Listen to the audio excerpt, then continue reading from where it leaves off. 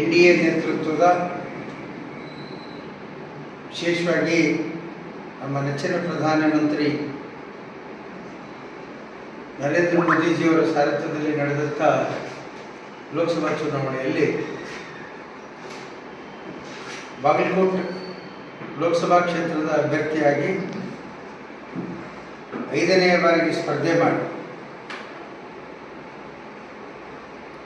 5ನೇ ಬಾರಿಗೂ ಕೂಡ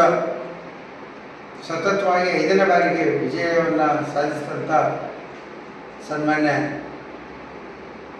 PC ಗದ್ದಿಗೌಡರ ಈ ಒಂದು ಚುನಾವಣೆಯಲ್ಲಿ ಭಾಗವಹಿಸಿ ವಿಶೇಷವಾಗಿ ನಮ್ಮ ಹುಣಗೂರು ಮತಕ್ಷೇತ್ರದ ಭಾರತೀಯ ಜನತಾ ಪಕ್ಷದ ಎಲ್ಲ ಮುಖಂಡರು ಹಾಗೂ ಕಾರ್ಯಕರ್ತ ಬಂಧುಗಳು ಅತ್ಯಂತ ಕಾಳಜಿ ವಹಿಸಿ ಶ್ರಮ ವಹಿಸಿ ಚುನಾವಣೆಯನ್ನು ಎಲ್ಲರೂ ಸಂಘಟಿತರಾಗಿ ಕಾರ್ಯನಿರ್ವಹಿಸಿ ಭಾರತೀಯ ಜನತಾ ಪಕ್ಷದ ಅಭ್ಯರ್ಥಿಯಾಗಿರುವಂಥ PC ಗದ್ದಿಗೌಡರ ಒಂದು ಗೆಲುವಿಗೆ ಕಾರಣೀಭೂತರಾಗಿರ್ತಕ್ಕಂಥ ನಮ್ಮ ತಾಲೂಕಿನ ನಮ್ಮ ಭಾರತೀಯ ಜನತಾ ಪಕ್ಷದ ಎಲ್ಲ ಕಾರ್ಯಕರ್ತ ಬಂಧುಗಳಿಗೆ ಪರೋಕ್ಷವಾಗಿ ಹಾಗೂ ಅಪರೋಕ್ಷವಾಗಿ ಕೂಡ ಕೆಲಸ ನಿರ್ವಹಿಸಿರುವಂಥ ಕಾರ್ಯಕರ್ತರಿಗೆ ಮುಖಂಡರಿಗೆ ನನ್ನ ಹೃತ್ಪೂರ್ವಕವಾದ ಧನ್ಯವಾದಗಳನ್ನು ಈ ಸಂದರ್ಭದಲ್ಲಿ ಹೇಳಿ ಬಯಸ್ತೇನೆ. ಹಾಗೂ ಬಾಗಲಕೋಟೆ ಲೋಕಸಭಾ ಕ್ಷೇತ್ರದಲ್ಲಿ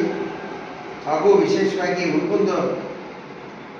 ವಿಧಾನಸಭಾ ಕ್ಷೇತ್ರದ ವ್ಯಾಪ್ತಿಯಲ್ಲಿ ಬರ್ತಕ್ಕಂಥ ಮತದಾರ ಬಂಧುಗಳು ಇವತ್ತು ಭಾರತೀಯ ಜನತಾ ಪಕ್ಷದ ಮೇಲೆ ವಿಶೇಷವಾಗಿ ಸನ್ಮಾನ್ಯ ನರೇಂದ್ರ ಮೋದಿಜಿಯವರ ಮೇಲೆ ಇಟ್ಟಂಥ ವಿಶ್ವಾಸ, ಅವರ ಬಗ್ಗೆ ಇದ್ದಂಥ ಅಪಾರವಾದ ಕಾಳಜಿ ಮತ್ತು ಅವರ ಮೇಲೆ ಇದ್ದಂಥ ನಂಬಿಕೆಯನ್ನು ಕಂಡು ಭಾರತೀಯ ಜನತಾ ಪಕ್ಷಕ್ಕೆ ಹೆಚ್ಚಿನ ಒಂದು ಆಶೀರ್ವಾದವನ್ನು ಮಾಡಿ ಮತವನ್ನು ತಮ್ಮ ಅಮೂಲ್ಯವಾದ ಮತವನ್ನು ಕೊಟ್ಟು ಭಾರತೀಯ ಜನತಾ ಪಕ್ಷ ಬಾಗಲಕೋಟೆ ಮತಕ್ಷೇತ್ರದಲ್ಲಿ ಲೋಕಸಭಾ ಕ್ಷೇತ್ರದಲ್ಲಿ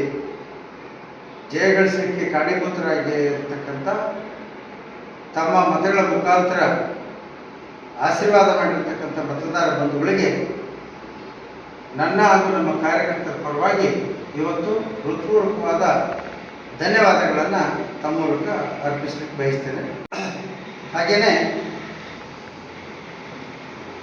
ದೇಶದಲ್ಲಿ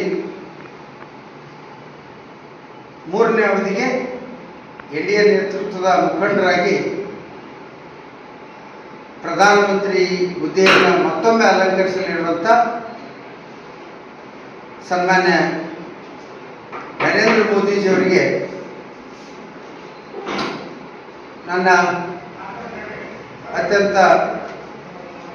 ಹೃದಯಪೂರ್ವಕವಾದಂಥ ಅಭಿನಂದನೆಗಳನ್ನು ಸಲ್ಲಿಸ್ತೇನೆ. ಹಾಗೆ 5ನೇ ಅವಧಿಗೆ ಆಯ್ಕೆಯಾಗಿರುವಂಥ ಮಾನ್ಯ PC ಗದ್ದಿಗೌಡರು ಅವ್ರಿಗೂ ಕೂಡ ತಮ್ಮ ಮೂಲಕ ಹೃತ್ಪೂರ್ವಕವಾದ ಅಭಿನಂದನೆಗಳನ್ನು ಇವತ್ತು ಸಲ್ಲಿಸ್ತಾ ಇದ್ದಾರೆ. ಒಟ್ಟಿನಲ್ಲಿ 3ನೇ ಅವಧಿಗೆ ಈ ದೇಶದ ಪ್ರಧಾನಮಂತ್ರಿಯಾಗಿ ನರೇಂದ್ರ ಮೋದಿಜಿಯವರು ಅಧಿಕಾರವನ್ನು ನಾಳೆ ದಿವಸ 8ನೇ ತಾರೀಕಿನ ದಿವಸ ಸ್ವೀಕರಿಸಲಿದ್ದಾರೆ. ಭಾರತ ದೇಶಕ್ಕೆ ಕಳೆದ 10 ವರ್ಷಗಳಲ್ಲಿ ಒಂದು ಉತ್ತಮ ಆಡಳಿತವನ್ನು ಕೊಟ್ಟು ವಿಶ್ವಮಾನ್ಯ ರಾಷ್ಟ್ರವನ್ನಾಗಿ ಹೊರಹೊಮ್ಮಿಸಿದಂಥ ಧೀಮಂತ ನಾಯಕ ನರೇಂದ್ರ ಮೋದಿಜಿಯವರ ಒಂದು ಆಡಳಿತದ ವೈಖರಿಯಿಂದ 3ನೇ ಅವಧಿಯಲ್ಲೂ ಕೂಡ ಪಕ್ಷಗಳನ್ನು ಕಟ್ಟಿಕೊಂಡು ಎಲ್ಲರಿಗೂ ಕೂಡ ಈ ದೇಶದ ಅಭಿವೃದ್ಧಿಯನ್ನು ಮಾಡ್ತಕ್ಕಂಥ ಕೆಲಸವನ್ನು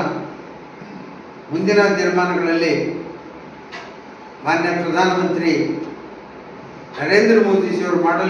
ಮಾಡಲಿದ್ದಾರೆ ಅನ್ನೋ ಒಂದು ವಿಶ್ವಾಸವನ್ನು ಕೂಡ ಈ ಸಂದರ್ಭದಲ್ಲಿ ವ್ಯಕ್ತಪಡಿಸಿ ತಮ್ಮೆಲ್ಲರಿಗೂ ಧನ್ಯವಾದಗಳನ್ನು ಈ ಸಂದರ್ಭದಲ್ಲಿ ಹೇಳಿ ಬಯಸ್ತೇನೆ. ಧನ್ಯವಾದ.